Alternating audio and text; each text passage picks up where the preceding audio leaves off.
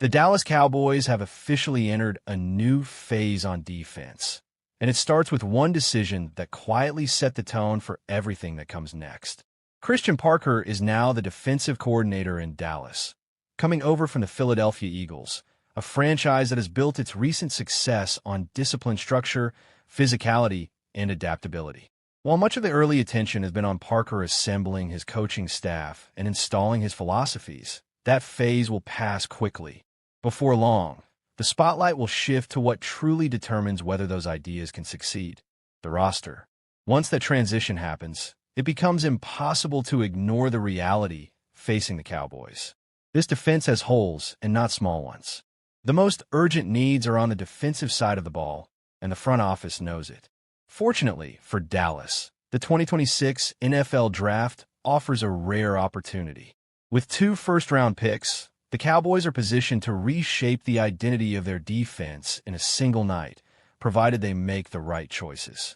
What makes this moment especially fascinating is how well the Cowboys' needs align with the direction Christian Parker is likely to take the defense.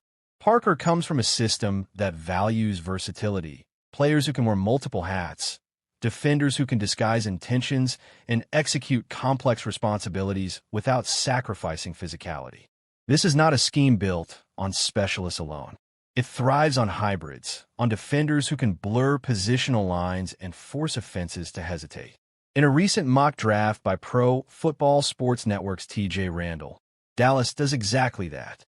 With their first 2 selections, the Cowboys address the spine of the defense by targeting a hybrid linebacker and a true cover corner, 2 positions that define modern NFL defenses. The names attached to those picks are Arvell Reese out of Ohio State and Colton Hood from Tennessee, and together, they represent more than just talent upgrades. They represent a philosophical shift. At pick number 12, the Cowboys are projected to select Arvell Reese, a linebacker who, under normal circumstances, would not be expected to still be on the board. Reese is widely viewed as one of the most impactful defensive players in the class, often mocked inside the top 5. His presence at 12 would require a very specific draft day slide, but as Randall notes, it is not impossible. Draft processes evolve, team needs change, and quarterbacks tend to push elite defenders down the board. If Reese is available when Dallas is on the clock, the Cowboys would be staring at a rare opportunity. Reese's appeal lies in how complete his game is. Early in his college career, he spent most of his time operating in the box, reading plays, fitting gaps, and showing a natural feel for traffic and leverage.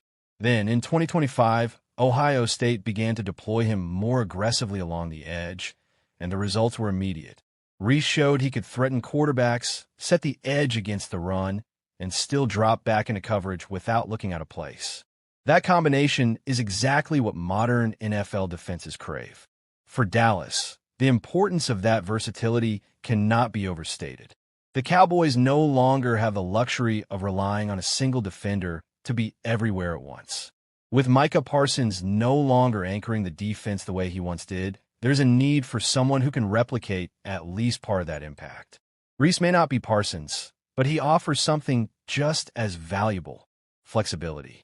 He can play off the ball, rush the passer, and erase mismatches in coverage. He gives Christian Parker options, and options are the currency of good defense. Adding Reese would immediately change how offenses prepare for Dallas. Suddenly, protections become harder to set. Play action becomes riskier. Short and intermediate passing lanes feel more crowded. Reese is the type of defender whose influence extends beyond the stat sheet. His presence alone alters spacing and decision-making, which is often more valuable than any single sack or tackle. As transformative as Reese could be, the Cowboys' work would not be done.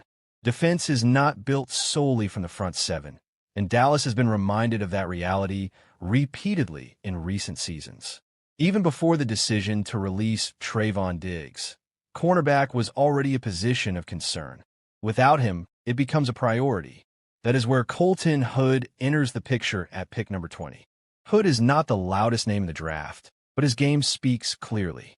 At 6 feet tall and around 190 pounds, he has the physical profile teams look for on the outside, but what truly sets him apart is his coverage ability.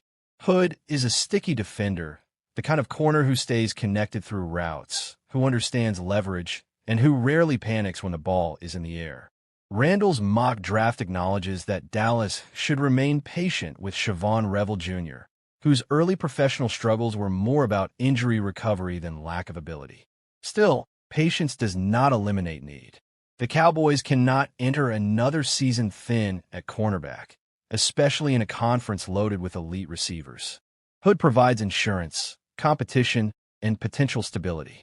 What makes Hood such a logical fit is how cleanly he projects into an NFL system. He is comfortable in man coverage, disciplined in zone, and willing to tackle. He plays with confidence, but not recklessness, trusting his technique rather than relying solely on athleticism. In a defense guided by Christian Parker, that discipline matters. Parker's scheme demands corners who can handle responsibility without constant safety help, and Hood fits that mold. Taken together, Reese and Hood would do more than fill holes. They would rebalance the defense. Reese strengthens the middle and the edge simultaneously, while Hood stabilizes the perimeter. Suddenly, Dallas has answers at all three levels. Linebacker speed improves. Coverage flexibility increases. The defense becomes harder to predict and harder to exploit. This is why the 2026 draft looms so large for the Cowboys. With 2 first-round picks, they're not just drafting players. They are choosing an identity. Investing heavily on defense signals a commitment to winning games with balance, to no longer asking the offense to be perfect every week. It suggests an understanding that in January football, stops matter as much as points. There is, of course, no guarantee. Draft picks are projections, not promises. Reese must translate his versatility to the professional level. Hood must adjust to NFL route runners and passing concepts. But the logic behind the selections is sound and the fit is clear. If Dallas executes this plan, the Cowboys enter the 2026 season with a defense that looks faster, smarter, and more adaptable than it has in years. A defense capable of dictating terms rather than reacting. A defense that reflects the vision of its coordinator and the patience of a front office willing to build from the ground up. In the end, that is what makes this moment so compelling. Christian Parker's arrival was only the beginning. The real transformation starts when the Cowboys turn draft capital into foundational players. If Arvell Reese and Colton Hood are those players, Dallas will not just be filling needs. They will be laying the groundwork for a defense built to last. If you're a Cowboys fan, or really any NFL fan, you know that every offseason brings a huge question mark. A time to reset, reload, and reshape the team. But this year for the Dallas Cowboys, it's not about the quarterback, the defense, or the offensive line. No, this year it's about one position wide receiver, and more specifically, George Pickens. Now you're probably thinking, wait, isn't CD Lamb the big star? Sure, Lamb's the foundation, but we're talking about a guy who changed the Cowboys offense when he came to town. A young, dynamic player who could make or break Dallas' future. Pickens. So let's break it down. Do the Cowboys pay up big to keep Pickens in 2026? Do they use the franchise tag and make him the most expensive wide receiver on the roster?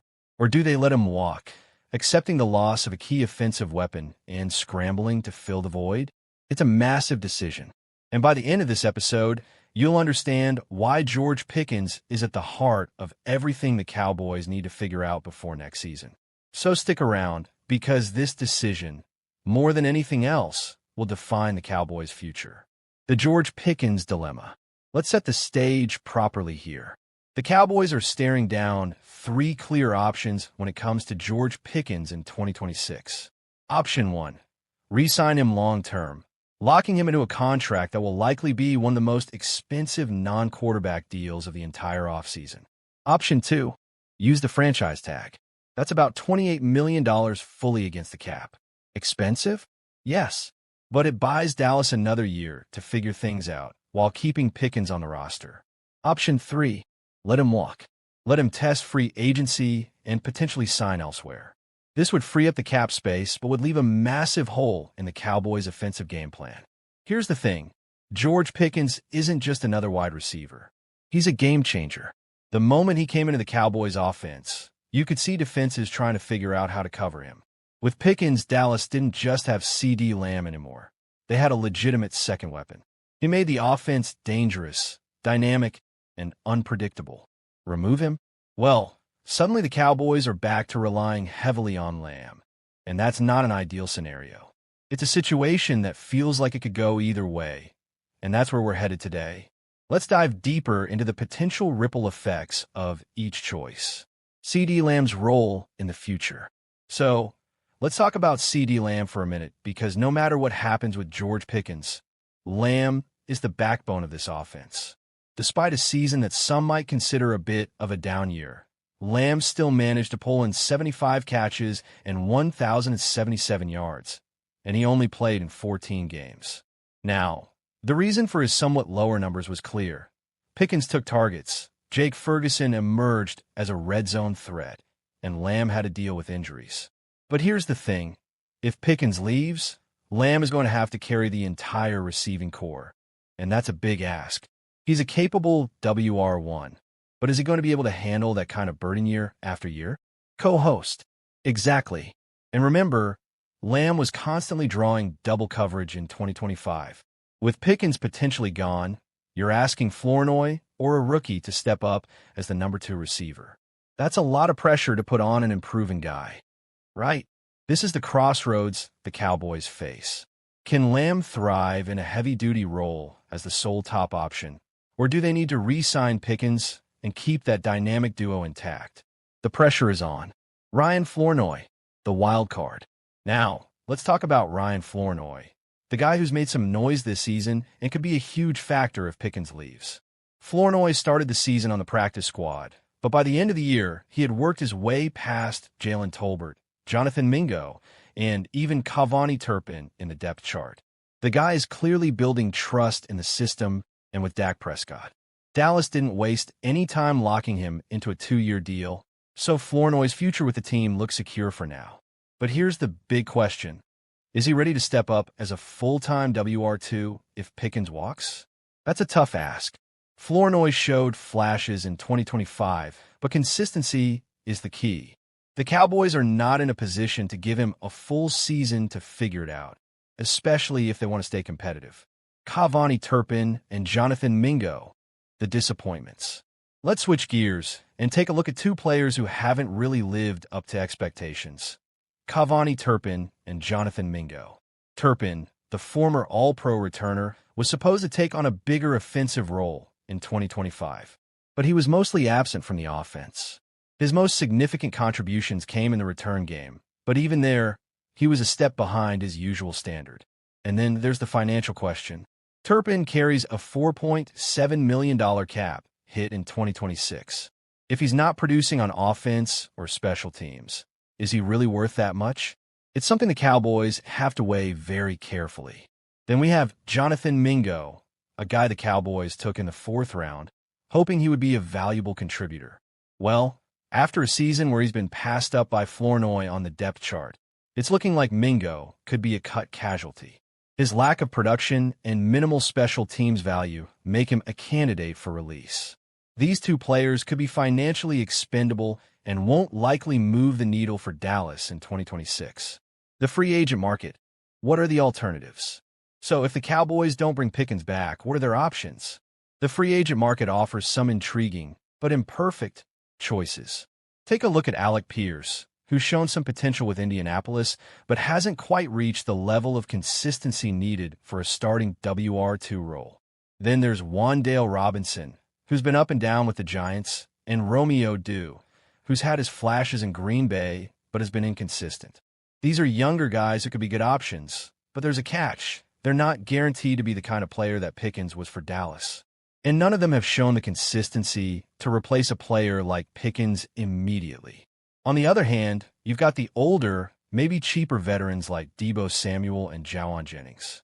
They come with their own set of risks, but could be effective, especially if the Cowboys are trying to balance cap space with roster needs. The draft. Could the future be in the rookie class? Now, if Dallas doesn't land a big-name receiver in free agency, there's always the draft. The Cowboys have 2 first-round picks in 2026, and there's no doubt that one of them could very well be used on a wide receiver. This could give Dallas the opportunity to pair a rookie with CD Lamb, building around a cheap, high-potential option for the next few seasons. The draft could solve the problem long-term, but there's a big question of whether a rookie receiver can contribute immediately and whether the Cowboys are willing to pass on a defensive upgrade to make this investment. The Dallas Cowboys have officially entered a new phase on defense, and it starts with one decision that quietly set the tone for everything that comes next. Christian Parker is now the defensive coordinator in Dallas, coming over from the Philadelphia Eagles, a franchise that has built its recent success on disciplined structure, physicality, and adaptability. While much of the early attention has been on Parker assembling his coaching staff and installing his philosophies, that phase will pass quickly. Before long, the spotlight will shift to what truly determines whether those ideas can succeed: the roster. Once that transition happens, it becomes impossible to ignore the reality facing the Cowboys. This defense has holes, and not small ones. The most urgent needs are on the defensive side of the ball, and the front office knows it. Fortunately for Dallas, the 2026 NFL Draft offers a rare opportunity. With 2 first-round picks, the Cowboys are positioned to reshape the identity of their defense in a single night, provided they make the right choices. What makes this moment especially fascinating is how well the Cowboys' needs align with the direction Christian Parker is likely to take the defense.